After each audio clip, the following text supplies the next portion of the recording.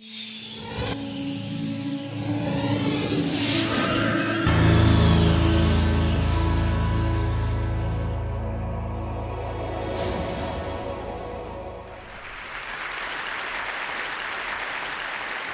everybody.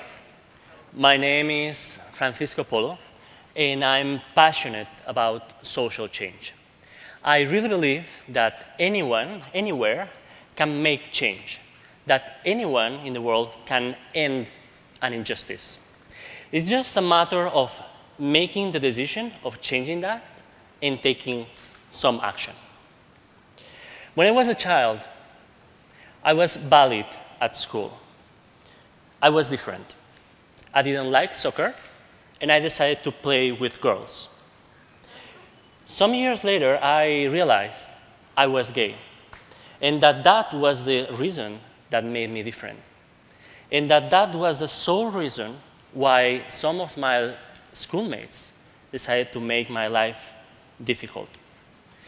But what struck me most was that at that time, nobody took the decision to stop that injustice. That's why, from an early age, I made the decision, and I decided I was going to fight all the injustice I could do in my life. That's why, from very young, I started to plant trees. I started creating my own recycled paper. I started to reduce the consume of water at home. My mother hated me. And I also, when I was a youngster, I started to work as a volunteer in the social field and also in the international cooperation field.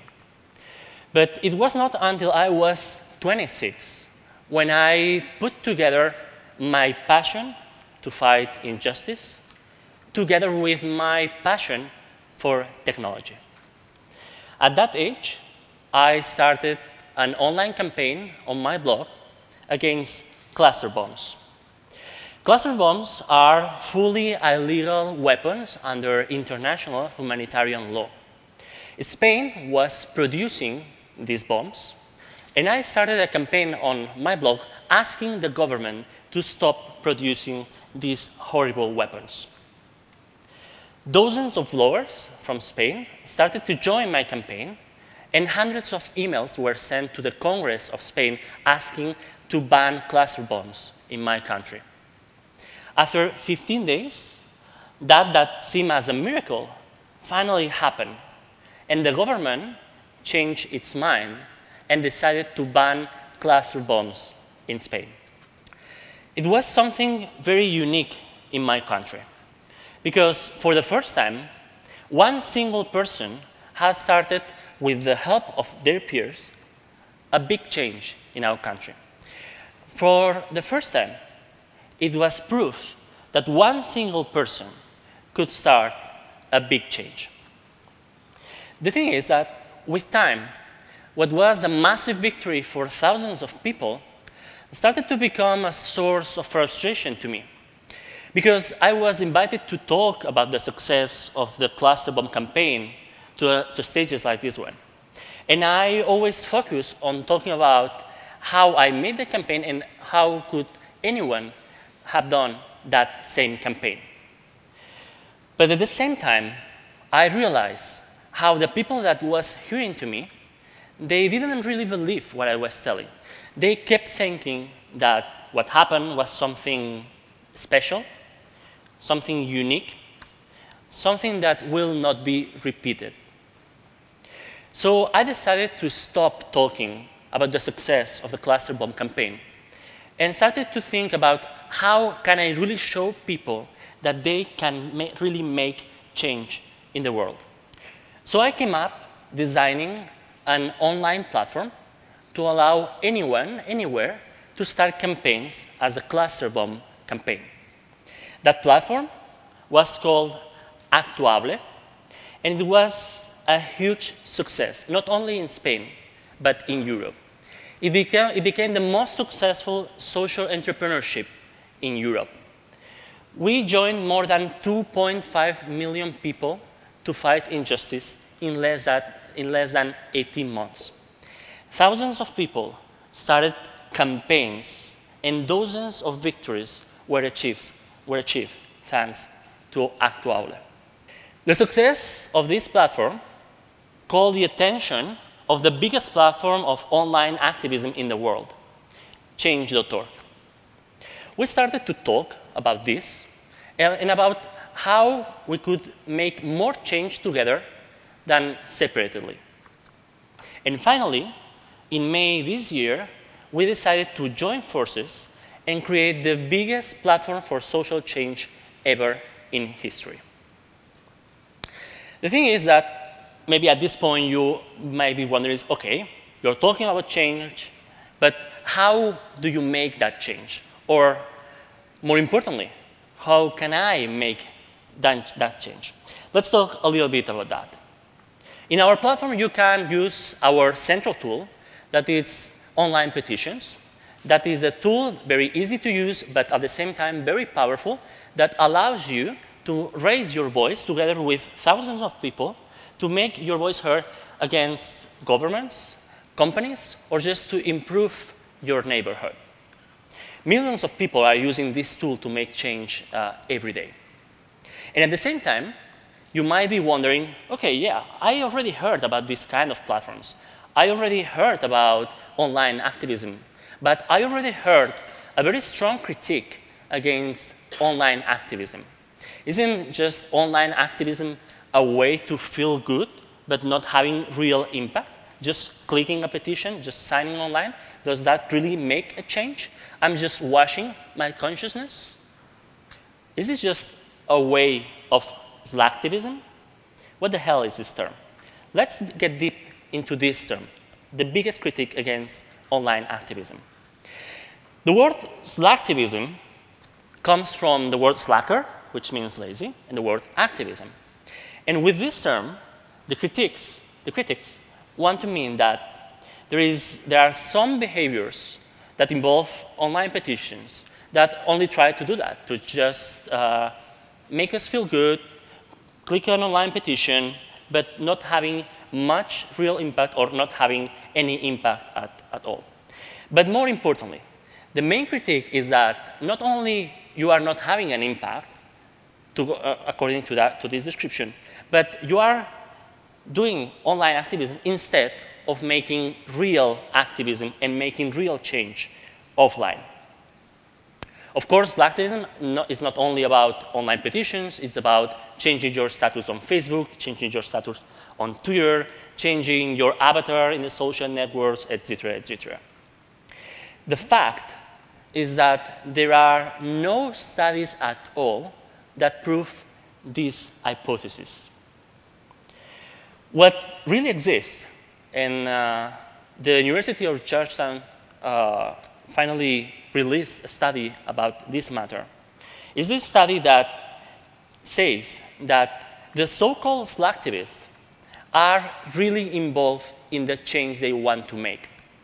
Not only they are people who have twice the probability to get engaged in offline action, but they are also several times more influential than average people. So the answer about does slacktivism really exist, or do they really make change? The answer is yes, they make change. Slacktivists are people who make change. Slacktivists are influential people. Slacktivists are people who get their hands dirty to make change.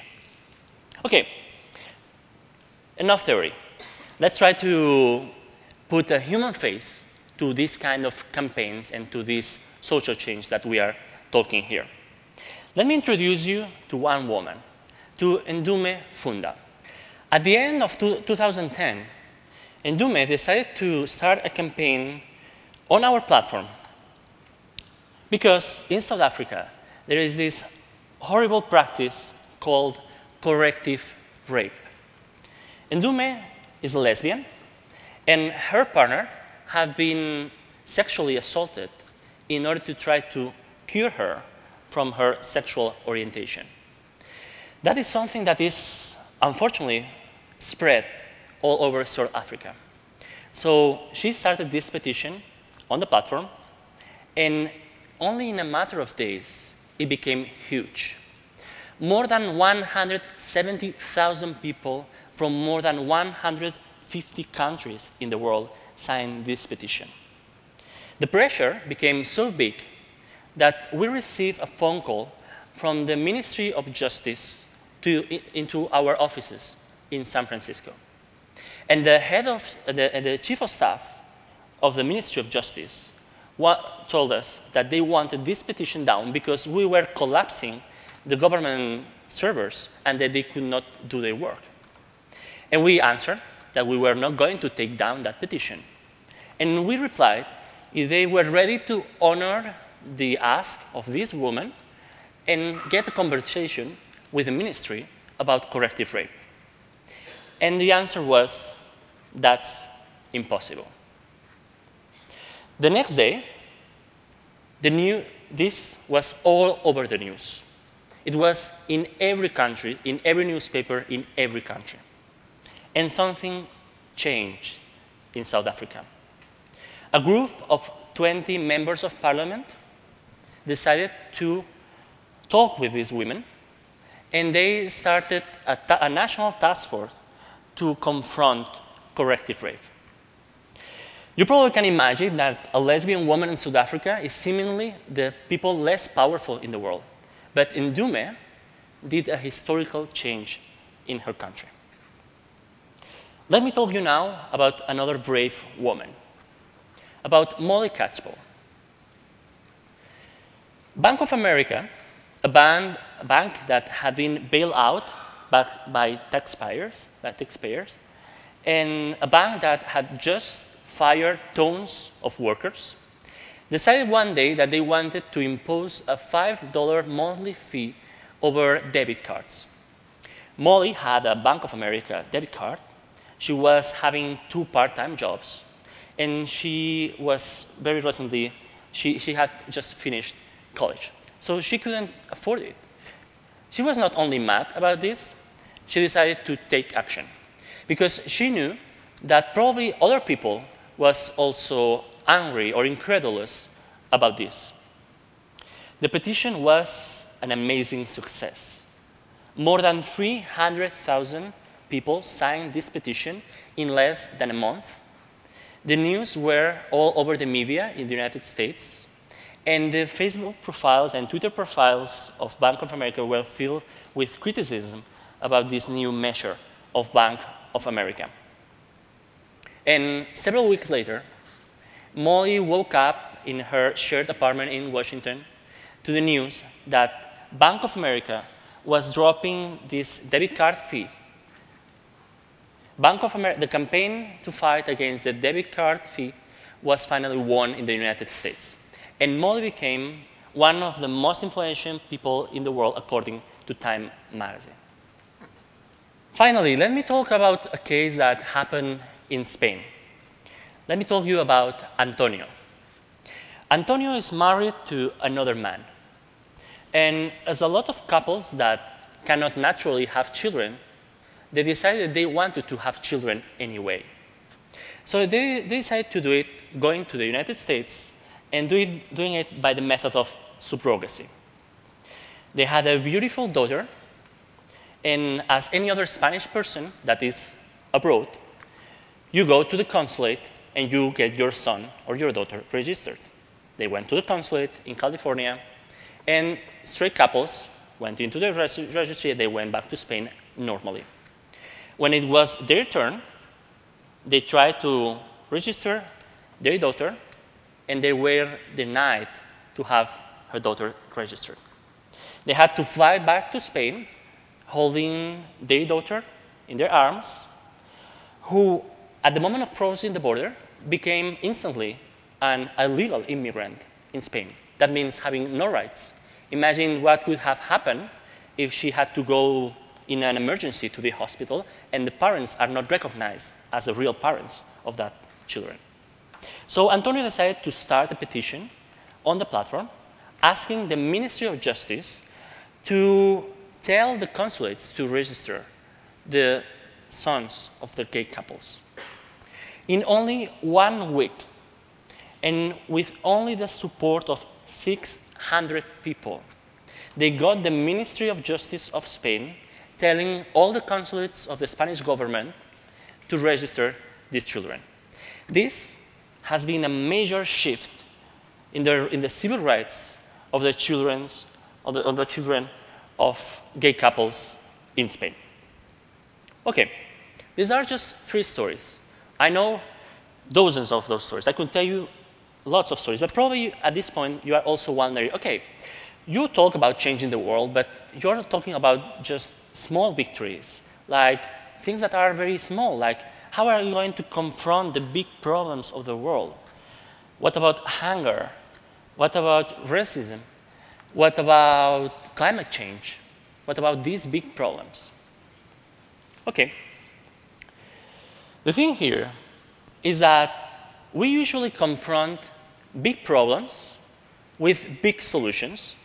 And for example, the internet helps us to get into this kind of thinking. We just think that by mobilizing thousands or millions of people, we're going to make a big change, or we're going to have a big solution for that change. But that approach is very limited, because history shows us that it not only takes millions of people wanting to make a change to have that change made. But it's not only a limited approach to solving the big problems, it's also a dangerous one, because it can foster skepticism around the power of the internet to really make change in the world and to really become a tool to solve the big problems of mankind. I really believe in the power of the internet as a tool to confront the big problems, but not in the way that most people believe. I really believe in the power of the internet to confront big problems, not with big solutions, but with small solutions, with thousands of small solutions, with hundreds of thousands of small solutions. So the question is there any organization capable of delivering hundreds of thousands of small solutions? And the answer is very simple. The answer is no. But there's someone who can really provide hundreds of thousands of small solutions, and that is people. We can create movements of hundreds of thousands of people, because people really understand the roots of big problems. They are close to the roots of big problems, and they know how to drive those complex roots of big problems, generating a new environment where the big solutions appear naturally. Okay. Perhaps the most important thing I could tell you today is not the power of online actions or online petitions. And probably it's not either the victories that we can get, big or small, with this fantastic tool for social change. Probably the most important thing is something different. I share a very powerful vision. A powerful vision that can really unleash the potential of mankind to change the world. And it's a very simple vision. It's about reaching the moment where a critical mass of people realize that they have much more power than they have been told to change the world. When that time arrives, we will be able to say not that the world will start to change. We will be able to say that the world will have changed already forever. But in the meantime, we need people to lead that change. We need you to lead that change. We need people like you. We need people with vision. We need people with passion. We need people with relentless determination.